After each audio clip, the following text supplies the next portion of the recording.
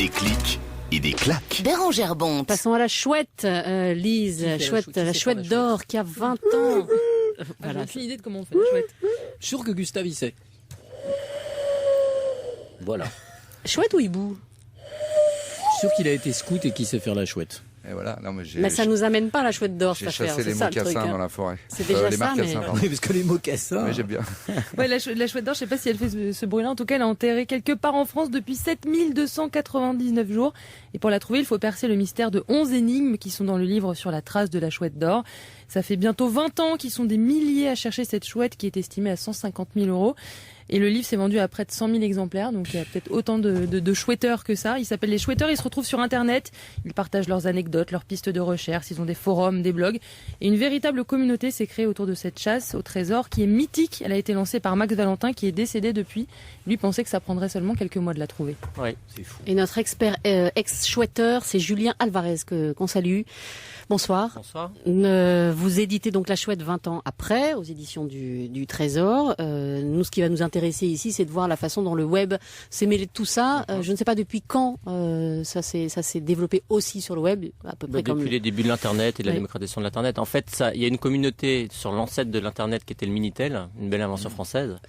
Et donc, en fait, il y avait un 3615 chouette. Max Val, pour être précis, effectivement, sur lequel il y avait deux choses. C'était les chouetteurs, parce que c'est comme ça qu'ils s'appellent, pouvaient discuter entre eux, échanger un petit peu leurs pistes, et on pouvait poser des questions en fait à l'auteur des énigmes. Donc vérifier un petit peu la validité de ses réponses, est-ce qu'il y avait un signe qui était juste une erreur de ponctuation, etc., etc. Et il répondait sous 24 heures. C'était un jeu de piste, hein, c'est une chasse organisée. Comme pour les scouts, par exemple, qui font des courses d'orientation. Comme les rallyes, comme un certain nombre de jeux d'entreprise. Donc à la base, l'auteur effectivement plutôt issu du monde du marketing et de la communication.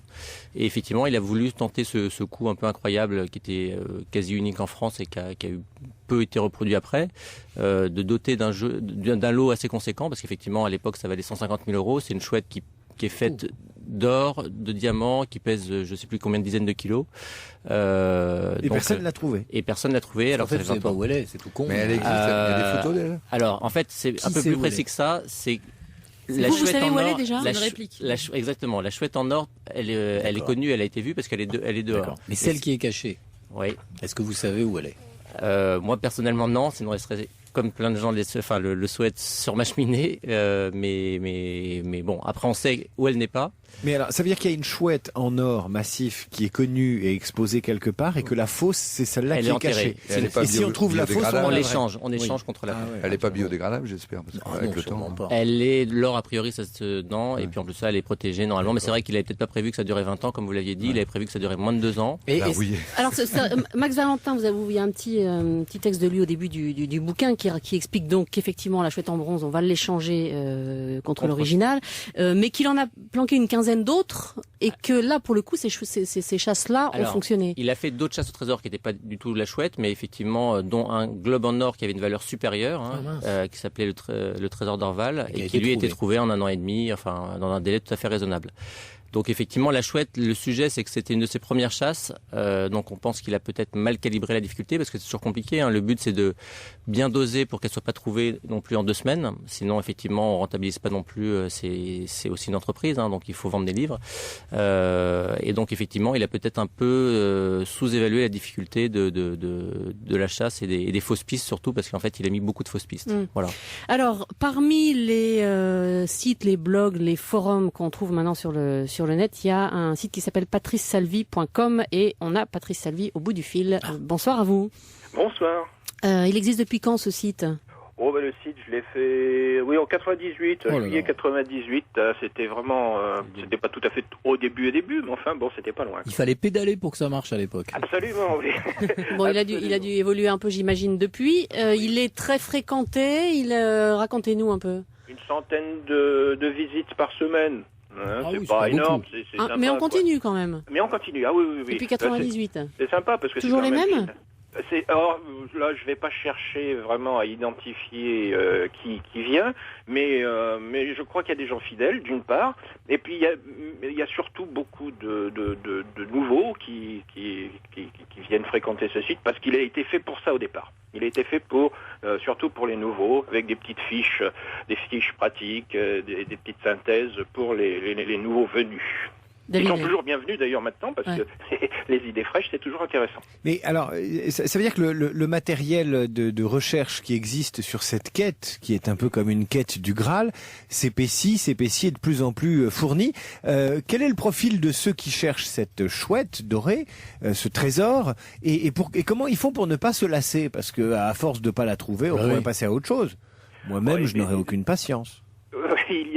C'est une communauté, hein, donc il y a des gens de différents styles, de différents types. C'est vraiment une petite représentation de la société française. Hein. On n'a pas vraiment un profil type du chercheur, du chouetteur, surtout maintenant, je dirais. Au début, si. Au début, oui, c'était des passionnés, des amoureux du jeu.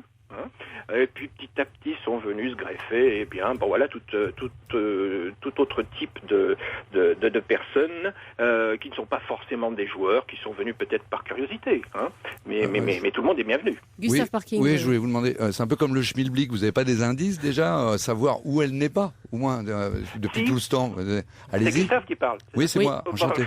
Enchanté parce que je suis un fan. Oui, des indices, oui, il y en a. Il y a des indices qui ont été donnés par Max Valentin de son vivant, de nombreux indices qu'on retrouve sur les différents sites. Bon, je ne vais pas faire de pub que pour rien. Hein. Mais il n'y a pas une région déjà où elle n'est pas, qu'on ne cherche pas pour rien. La principale information, si je peux me permettre, c'est qu'elle n'est pas sur un site, enfin, elle est sur un site public, ce qui permet d'éviter déjà qu'on saccage les jardins des voisins. C'est ça, elle n'est pas non plus dans un barguet. Elle n'est pas dans un barguet parce que les skinheads vont aller saccager. Elle n'est pas dans un compte en Suisse, parce que là on pourrait la retrouver assez facilement. Et elle n'est pas au château de Versailles parce que récemment un chouetteur a voulu aller au château de Versailles pour la déterrer, a fait une demande tout ce qu'il y a de plus officiel. Il n'y a pas creusé. Qui lui a été refusé et il était étonné et tout surpris que cette demande lui soit refusée d'aller creuser dans les jardins du château de Versailles. Des sites comme ça, comme patricesalvi.com, il y en a beaucoup vraiment. Oui, il y en a plusieurs dizaines. Alors effectivement, celui de Patrice Salvi a un avantage, c'est qu'il était un des tout premiers et il est particulièrement exhaustif. Il est un peu vintage, hein, si je peux me permettre, sur son... Message reçu, Patrice? Nous, on aime le vintage. Oui, tout à fait. C'est du bricolage. Ça a beaucoup de charme, moi, je trouve, Patrice. et effectivement, il y a beaucoup de forums également qui permettent d'échanger sur les sujets. Est-ce que vous avez envisagé l'hypothèse que de chouettes cachées, il n'y ait pas? Alors oui, je pense que ça a été un petit peu une question... Alors c'est une question que toute personne normalement pose en soirée à une personne qui cherche la chouette. En soirée, oui. Il y a des soirées de chouetteurs. Alors déjà, je pourrais venir. Il y a une chouette fête à Dijon dans pas longtemps. Une chouette fête. Vas-y, chouette-moi fort. Toi qui aimes les voyages. Chouette-moi plus fort. Ouais. Non, ça c'est autre chose. Ah bon, pardon. Donc, je me souviens plus des l'hypothèse qui est pas de chouette, que ce soit un canular génial. C'est la fable de La Fontaine. Alors, on se demande et ses enfants, quel aurait été l'intérêt pour une personne dont c'était le premier jeu et qui en a fait beaucoup d'autres derrière, de faire toute cette malversation, enfin toute cette manipulation. Ça semble assez peu probable. Est-ce que vous avez envisagé une autre hypothèse, celle de Steve?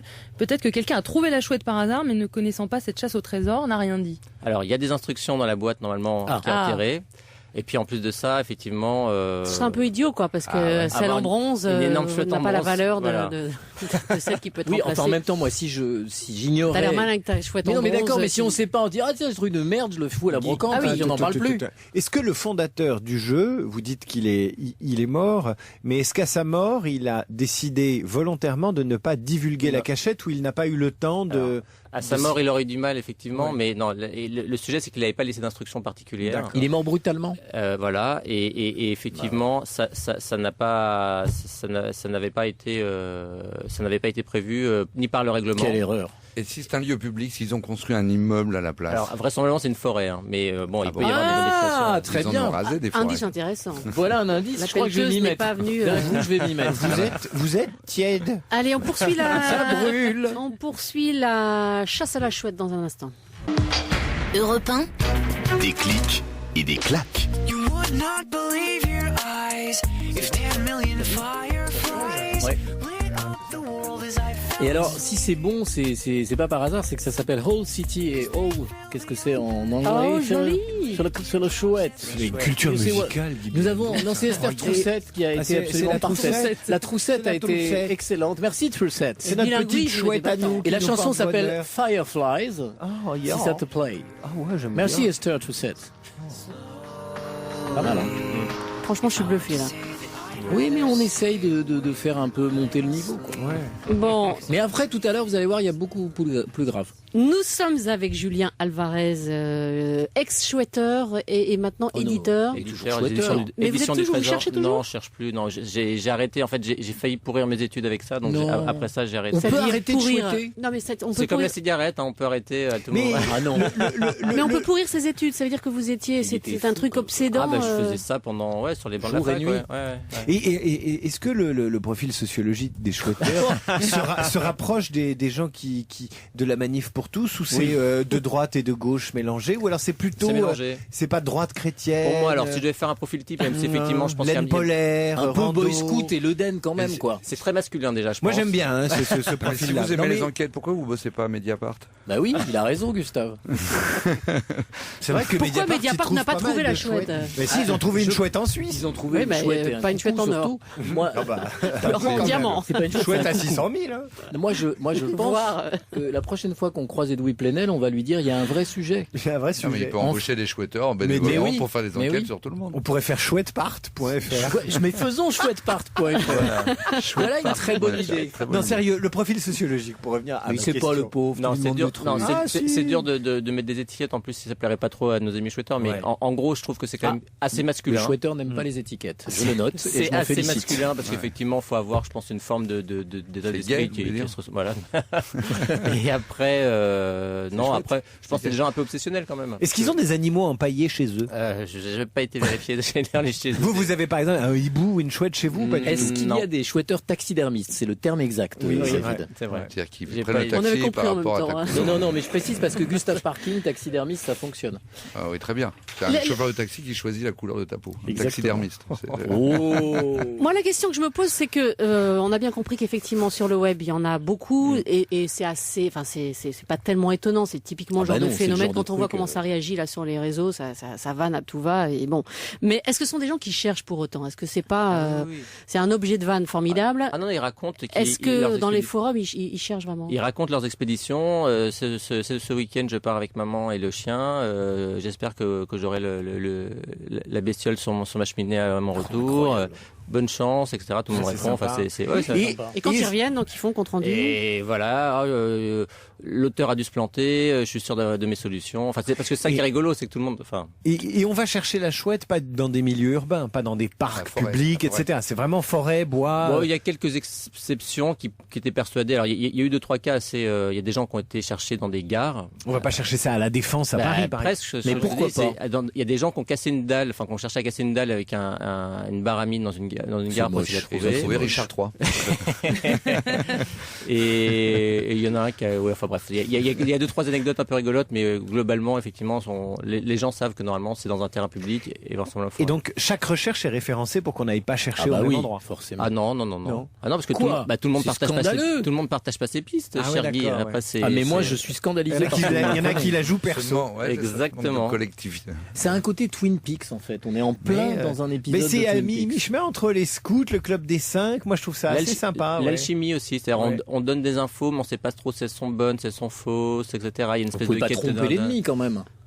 C'est moche. Moi non, mais Ils ont renoncé Est-ce que sur le le web trésor. a suscité l'intérêt d'un peu plus loin, de l'étranger? Est-ce qu'il y a des ouais, il y a eu quelques reprises dans la presse des Russes, anglo-saxonne. des Japonais, des- Moi, c'est au Japon. C'est compliqué parce que comme les énigmes sont écrites en français quand même, il faut avoir une bonne connaissance. des francophones et fils un peu Voilà. partout. Mais... Voilà. Ce qui est formidable quand même, c'est qu'on peut créer un mythe dans les années 80 ou 90. Alors, c'est exactement le mot. C'est un mythe récent. Quoi. Alors, mais ça, c'est lié à plusieurs choses. Il y a eu l'énigme, mais il y a aussi l'auteur en tant que tel qui se cachait derrière un pseudonyme que personne n'avait vu. Donc, il y a une espèce justement de déification qui s'est faite autour de ça.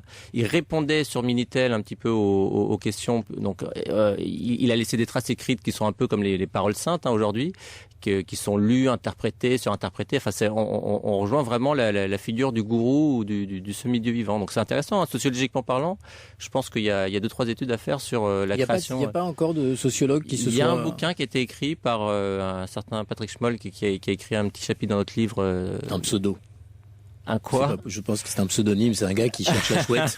Il a fait croire qu'il était sociologue et qu'il s'appelait Patrick Schmoll. Non, c'est son vrai nom. Et il a écrit un chapitre un peu, qui est pas aussi ardu, parce qu'il a écrit un livre exclusivement sur justement le profil psychologique des chouetteurs. Ils ont renoncé au Graal, ils ont renoncé au trésor des Templiers, ils ont été un chouette. Est-ce qu'il y a une hiérarchie parmi les chouetteurs, c'est-à-dire un grand chouetteur à plumes, ensuite des sous-lieutenants, il y a un peu de ça, des sous-officiers, alors etc. il y a un peu de ça de part effectivement l'ancienneté. Alors il y a ça effectivement les premiers en espèce et ceux du web sont les plus récents. Attendez, qui répondent. On peut les anciens effectivement ont une espèce d'aura supplémentaire. Ceux qui ont trouvé d'autres chasses au trésor ont également une petite notoriété supplémentaire. Et donc voilà. Et puis ceux qui ont un site web ont effectivement du coup une reconnaissance qui leur est donnée liée à ça. C'est fabuleux. Allez sur Google, ceux qui nous écoutent, et vous tapez chouette et vous allez découvrir un monde parallèle totalement étonnant. Il y a un lexique aussi que je suis en train de regarder dans le livre qui est absolument hallucinant. Alors il y a les madites qui sont la contraction de Maxadi. Donc ensuite il y a la maditologie. Voilà. À partir de ça, il y a la maditomancie, l'art de faire dire n'importe quoi au madi. Enfin c'est quand même assez. Le 15 mai, ça date du 15 mai 93, c'est ça? Oui. Alors ça veut dire que le 15 mai 2013, c'est avril 93. Mais c'est un anniversaire là. Mais c'est les 20 ans. Donc je sais bien que c'est le livre pour les 20 ans, mais je pense que vous allez nous faire un coup marketing et qu'on va les trouver pour les 20 ans. Ah mais c'est ça le truc. Bah, je voulais le faire Guy, mais maintenant vous avez un peu tout dévoilé. Donc c'était ça. J'ai une hypothèse. En fait, vous êtes en train de nous vendre. On diffusera cet extrait Guy dans 3 jours. Je suis sûr sûr qu'on la trouve dans les 3 jours. J'ai une hypothèse en tout cas pour la trouver. Celle vient de Cyril. Et si la chouette était à Cavan dans le 22, Cawan en breton, c'est chouette. Pas mal. Est-ce que ça a déjà été cherché dans ce coin-là? Les pistes aussi simples que ça, entre guillemets, ont beaucoup été creusées. Non, mais si, parce que ça serait trop évident. Voilà, donc, Et Marie-Flynn qui aimerait qu'on arrive à vous tirer les verres du nez, mais savoir où est-ce qu'elle est, mais est-ce qu'il y a encore quelqu'un aujourd'hui qui sait personne? Il y a des gens plus avancés que d'autres, effectivement. Il y a quelques chercheurs. Et personne ne sait. Personne ne sait. Personne de vivant ne sait. C'est épouvantable votre truc. Les solutions sont dans un coffre-fort. Mais où? Détenu par un huissier. Et qui s'appelle cet huissier? Rejoins l'affaire Cahuzac d'un coup. Et l'huissier, on connaît. Demain, il se fait et l'huissier, normalement, oui, on a son nom. Vous avez le nom de l'huissier? Mais enfin, je veux dire, on y vient par. Il y a un règlement, hein, donc en fait. Oui, il est pas harcelé. Je pense qu'il filtre ça très bien, comme tous les huissiers et leurs secrétaires. Il cherche lui-même, ou alors il l'a déjà. Je pense que. Et alors, vous avez cherché un travail finalement, ou vous comptez sur la découverte de la chouette pour vous enrichir? J'ai arrêté en fait la recherche de la chouette quand j'ai commencé à travailler, parce que c'est difficilement compatible. Hein. C'est vraiment c'est un job à temps plein, effectivement. Ouais. C'est sympa d'avoir mis cette mythologie comme ça. Moi, je parie qu'on s'est fait piéger et que dans les 3-4 jours, Bérangère, ça tombe. J'en suis certain. Franchement, si c'est le cas, ça vaut une partie de la chouette. Je suis certain. J'espère que j'espère qu'ils la trouveront jamais, parce que ce qui est joli dans cette affaire, c'est que les gens cherchent sans être sûrs de trouver un jour. Alors ça, c'est génial, parce que c'est exactement ça. Ça va devenir, je trouve, un trésor mythique. Et dans 20 ans, 30 ans, 100 ans...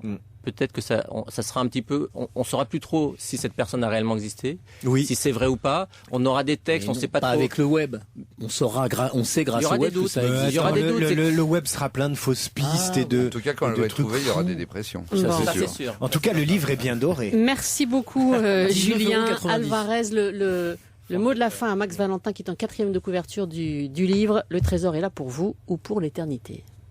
Oh, le bonheur, c'est le chemin. Europe 1, 20h, 22h30. Des clics et des claques. Bérangère